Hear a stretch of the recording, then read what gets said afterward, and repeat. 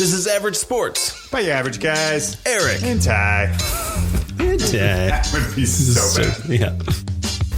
This is Average Sports. Your average sports. Average Sports. Thanks for tuning into another episode You're of listening to Average Sports with your average guys. Average Sports, average guys, Eric and Ty.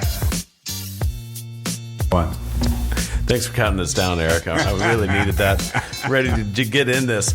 Are you ready for episode 2? Episode 2, season 5, and it's the Super Bowl episode.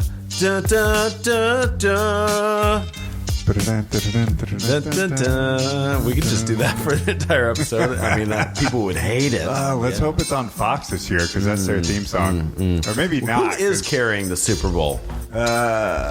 CBS. Okay, it's been on for 51 years, gang.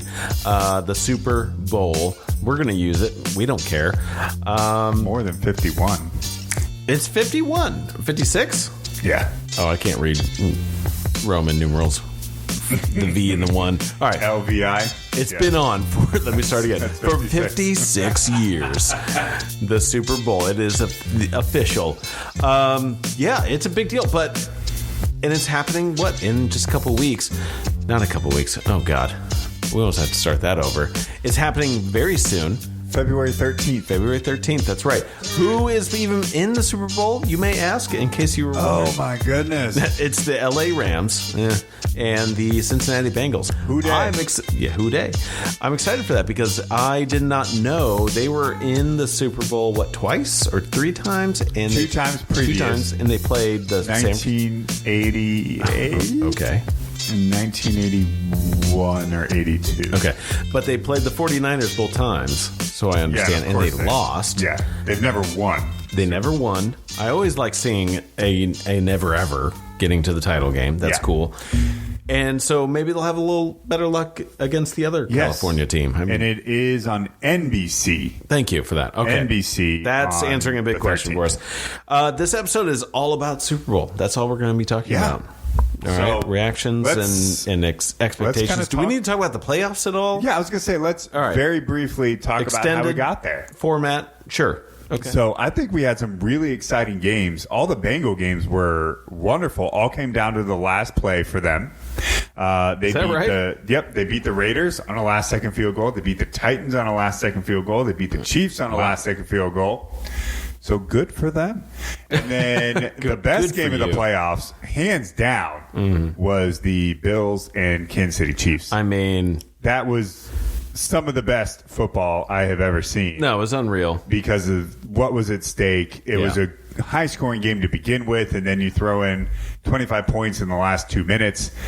Unreal. What a great game. And how good that game was, the Chiefs and Bengals, it was almost a repeat. It went to the overtime. It came down to the wire. I mean, that was crazy enough. It's just that the Chiefs' second half of that AFC Championship, they just didn't know what they were doing. So either the Bengals made incredible adjustments and really came out to play, or the Chiefs just, I don't know, they just weren't clicking.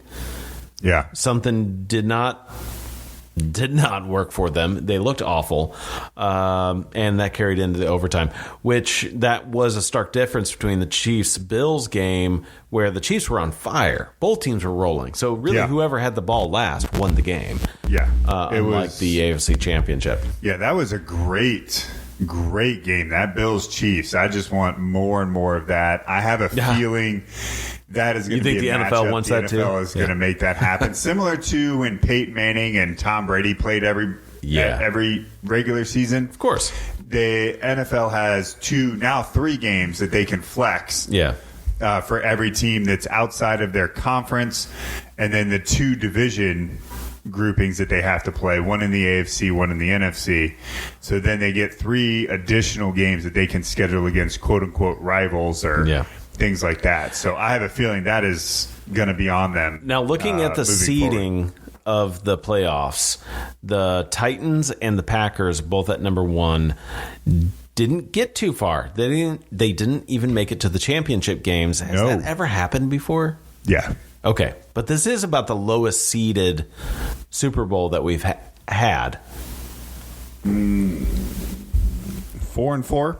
Yeah, I think perhaps ever. I don't know that we've ever had. I have to vet that, but that's going to take a lot of research. Okay. From our marketing I'm just going to say it is. Yeah. Okay. Well, Count me on that. Well, we'll let marketing sift through 56 of these and kind of figure it out. 50. Oh, yeah. It is 56. Yeah, not 51. Okay. 56 of them. Let's recap. A couple of retirements came out of the recent playoffs as well. So no more Ralph the Spreaker from the Steelers. And then Tom Brady says he's finally hanging it up. Yeah, I mean, we talked about Tom enough, I think, on the previous episode. Okay. I think we'll have to go back to the old rule of what we're not talking about. And Tom Brady was a lot of those. Well, I mean, this is going to be it, though. This is it. This is the farewell. Maybe. We'll see. We'll see. You think there's a chance? See. I mean, Gronkowski came out of retirement, but he's younger. Is he even 30 yet? He only retired so that he didn't have to get traded to the Lions. Yeah. So, I mean, I wouldn't want to be traded to the Lions either. Yeah, fair enough. I'd retire too. I think one of the bigger disappointments in the playoffs was the Arizona Cardinals. Arizona Cardinals down the back half were a completely different team than what they were in the first half. They didn't look good. They were cold coming in. And I'm not surprised that the Rams, who looked good in the second half for the most part, were able to defeat them pretty easily and pretty quickly. Let's talk about the Rams, though. In the NFC Championship game, they're going against a pretty good 49ers team. The San Francisco 49ers were looking good, even though their record was 10-7. They were playing some good football as of late. I mean, and that was a good game. The most untackable man. Yeah. Untackable? Tackleable. You got to fit that. You can't tackle him. Let me phrase it that way. Mr. Deebo Samuel. That dude is a man. Yeah. Playing with boys. You cannot tackle him. Unreal. Although he got his bell rung a couple times, it seemed like, in that game. It was a physical game. Yeah, there was the one hit. I think it knocked the wind out of him. They threw the flag on it. I'm really glad they picked it up. I'm glad he wasn't hurt. Yeah. But that was a clean hit, and the ref just reacted. Yeah. It's like... It was violent. He's like, violent hit. Right. But that was not a head-to-head. So I'm glad they picked it up. But he... Oh, man, he is such a good player. Yeah. Such a good player. Well, the Rams' defense, I think, came to play. Their offense, though, looked beatable. And it really came down to, I mean, and remember in the first half, but the second half, they looked great.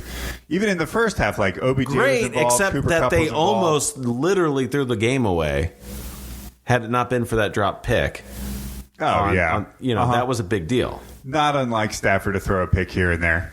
So what I'm building toward is a question that, do you see the Super Bowl matchup, the Bengals, who are just, they're the Cinderella team right now. Do they lose this game? I think it's their game to lose. They are. They should be coming in as a slight favorite. It opened up. The Rams opened up at 3.5. It's now up to 4.5. The over-under is 48.5 currently. I'm positive that will continue to shift as more and more money comes in on the bets, because that's just how that works. But it'll probably close, if I had to be honest, it may swing a little bit north of in the 5 area, and then it'll probably come back down. I'll say it'll probably be set around 4, 3.5. It may just reset. I'd say the over-under is probably pretty good at 48.5, 49. Yeah, I would take that. But the 4 points going for the Rams? I totally buy that. There's no way that the Bengals were going to be favored in this. Look at the names on paper. If you thought that anybody was going to make the Bengals the favorite, count the titles though as well. So, you're looking at only one Super Bowl between these two teams. Yeah, one Super Bowl between them, but there's a lot of experience on that Rams side, not only with McVay and his coaching team, but with a lot of those players as well. Yeah. Their experience, that's a veteran squad. Yeah. Not only defensively, with Aaron Donald and Von Miller and Jalen Ramsey. They made a lot of moves. Yeah, they're not getting a first-round draft pick. I saw a stat watching that game, and you probably know what I'm talking about. Yeah. They're not getting a first round till like 2024, 25. If they win the Super Bowl, you think they care? No, nope. Of course not. They're definitely not going to care. But yeah, they just Stafford's been around for a long time. I mean, OBJ is definitely an experienced player, and he looks really good with Matt Stafford. I think it's very clear that it was. Side note: this may be the end of Baker in Cleveland because OBJ was plugged in and pretty much effective immediately. Although Baker has his own issues, he looks pretty rough. But Cooper Kupp, it is a dominant. Cam Akers is now back. I mean, the impressive thing about that dude tore his Achilles in August and is playing football. Yeah. Like, that does not happen. Sony Michel's an experienced back for them as well, too, who they traded traded for in the offseason. Yeah. I mean, it's an experienced team. Whitworth. That dude's like 58 years old and somehow still playing tackle in the NFL. I would argue, though, that the Bengals offense, you have some young, high-octane energy that is ignorant enough to not worry about who they're going against. They're just going to show up and we're going to play. Yes, I would agree with that. Guts out.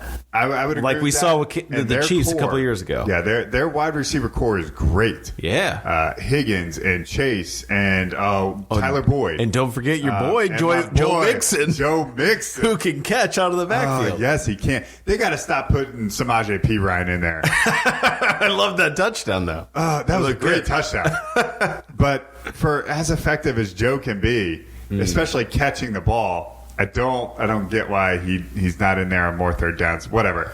Zach Taylor's figured it out. Anyway, but that is a very experienced, young team. Yeah. But the Rams are a very experienced team. Joe's still young. I know what you mean. Right. But he's played well. Jamar Chase is a rookie. May be the best rookie wide receiver of all time. Yeah. And that's saying something because, Justin Jefferson last year was great. Yep. And Jalen Waddle really came on in the second half down there in Miami. Jamar started off so hot, but it was 2 for 90 in one or, stuff like that. It's it's not going to be consistent. And then they kind of figured out a way to still get him his long touch, but he's doing a lot of the slant and just really counting on that speed, kind of Tyreek killing it. So... yeah, the X factor as well. You're going to think it's stupid, but count me with it. You know it is. McPherson's he's so now good. Gay is good, no doubt, but that was a Chiefs undoing, though. Yeah, they missed a field goal. That made a huge difference in the game. At the end of the first half, they didn't go for the field goal. They went for a touchdown. This is true. That's an Andy Reid thing. Couldn't get in. Yeah. And that was the end of the half. And the Bengals stood up. Do you think their defense is feeling pretty optimistic right now? I think their defense is good. Yeah. It's good. It's not L.A. Rams good. No. It's just not. No. But I think Stafford's good for at least one pick. Of course he is. I'm sure the over-under would probably be a 1.5. Yeah, you don't throw for around 5,000 yards and not have a couple picks here and there. Yeah, Stafford's always good for a couple picks. Right. Burrow, though, could make one. Yeah. And I could see the Rams making a special teams turnover. If I had to honestly put an over-under on both of them, I'd put it at 302-1 for each. And then I think whoever gets the third touchdown, I think is really going to end up being the winner of the game. And whoever goes for 303-1 instead of 302-1, that's going to be it. Yeah. Yeah, so I think what we're setting the stage for is a pretty good Super Bowl. Halftime show should be cool. Oh, halftime that's going to be entertaining. It's going to be awesome. It's in a brand new stadium. What's not to love about it? It's going to be pure 90s kid. Yeah, it's going to be great. Hip-hop joy. Right. Snoop and Dre and M. Yeah. Oh, it's going to be great. It's for all the... Jay-Z? Yeah, he's there. Yeah. It's definitely a millennial show, for sure. Yeah. So. Sure, yeah. We're now that core audience. Yeah. Whereas, the post-Janet Jackson, like, we got to get Bruce Springsteen back. Right. What? No. Who is this dude? Yeah. No, so it's going to be a good Super Bowl. You said it was going to be on NBC? What'd you say? NBC? All right. Yep. All right. NBC. Get ready. February 13th. That's it.